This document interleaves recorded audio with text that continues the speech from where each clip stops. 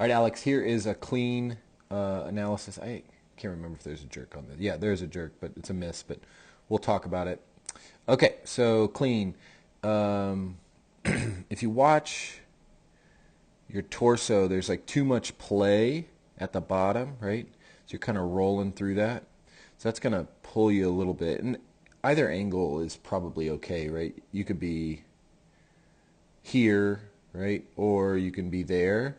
But the kind of dynamic down and up is not what we want because that's going to get some play in your back, right? And ultimately, what that means is like, yeah, we're worried about how that pull affects your back, but eventually your body is smart enough that you're going to go from this like round at some point to extended at another point. So you go from round to extension, and that's just wasted movement. So if we need to get to extension, start it in some extension, right? Pull, extend on the lower back and get tight, and then that will help you get set a little more, and will kind of translate your power in the pull. So, because if you watch this angle right here is this angle at the start. Those are the same. You just let your torso dip and then pull back up on it, right? So there's that wasted motion. So set your back and keep it at that angle. Elevate on the first pull. Like just make the torso elevate. Don't change the angle, right? Now, this position I kind of like. It's on your thigh and close. But from here to here, it's mostly hips coming forward instead of bars staying tight and coming up, right?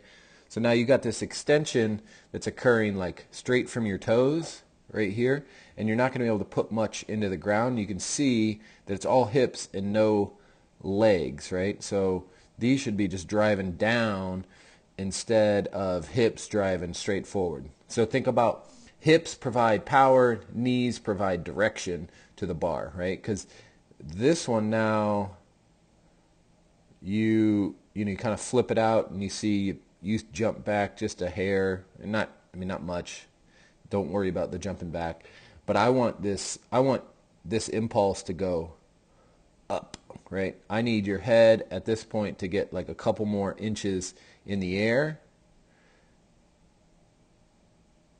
so that you can get a little more height on the bar, and that'll open up that clean just a little more. I also think when you kind of hip it off, you have a potential to get it a little too heavy on your quads. It makes the front squat harder, right? You can see heels are coming up, and you got a big front squat, so that's never going to be the issue, but it'll peter out your legs for the jerk, right? So from here on the jerk, are we splitting or are we power jerking? Let me know, all right? Dip looks pretty good right here. Clear some of these off.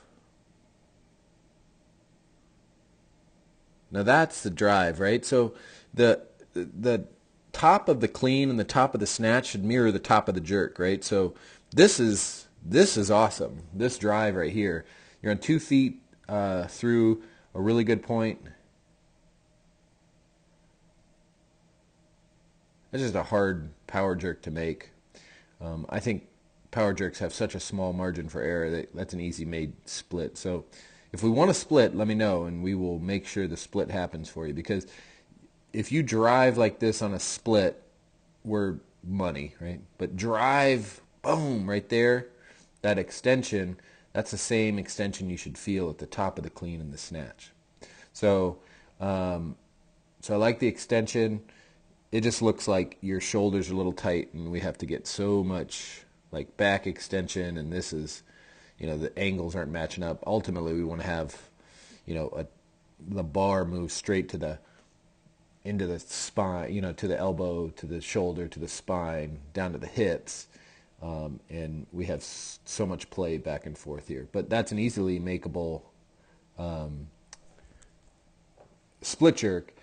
One kind of cue to think about is ultimately your hips need to be under the bar, right? That needs to be like a straight line to one another for you to make them. Now you can, with a power jerk, you are going to have some arch, But if your hips are seated behind the bar, you're going to have a hard time making it. You're going to do that, right?